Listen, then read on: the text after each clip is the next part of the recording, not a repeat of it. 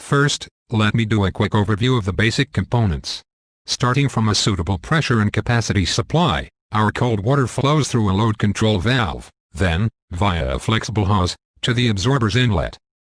Later I'll explain this hot water gravity drain. The absorber's outer stator housing may be supported by cantilever mounting it to the crankshaft, or on a pair of external pillow block bearings shown now. Either way, the trunnion stator cannot rotate more than a couple of degrees, due to this attached torque arm and load cell linkage. Now, I'll section open everything, allowing us to look through our stator's toroidal pockets, and exposing the opposing pockets in the water brake's rotor. The rotor's shaft mounts in its own bearings, and is what users couple to their test engine. Lastly, we have an RPM pickup, to capture crankshaft speed. Now let's see how it all works. Water brakes are basically very inefficient pumps.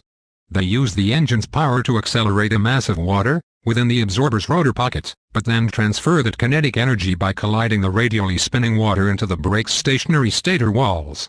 The load cell gauge monitors the torque induced from resisting the water's radial motion.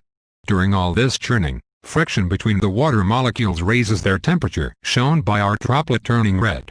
To prevent boiling, we must constantly drain warm water and replenish it from the cool supply.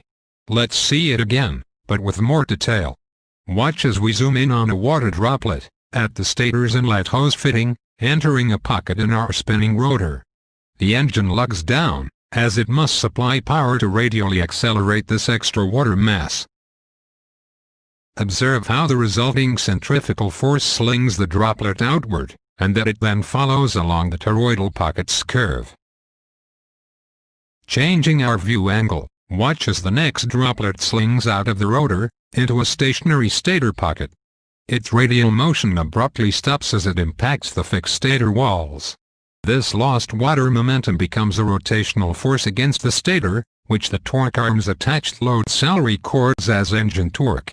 Note that the droplet's circulatory flow continues smoothly along the pocket's toroidal path. Combined with an RPM reading, we now have everything needed to calculate horsepower. This acceleration and deceleration is a continuously repeating process. It will occur several times per engine revolution, and involve gallons of water per minute, not just this single droplet.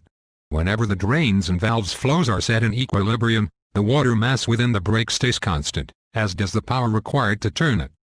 However, by increasing the inlet flow control valve's opening, the water mass within the absorber will grow, adding more pumping cycles. Notice that this raises the torque load, or lowers the RPM of the driving engine. And, as you would expect, if we reduce the flow, the torque loading of the absorber will decrease again. In closing, I should mention that the specific power capacity of water brakes is extremely impressive, especially considering their relatively low cost. Combined with computer-controlled inlet or outlet valves, they can also be made surprisingly responsive and stable. That's it for now. You may want to watch again, to better understand everything that was going on.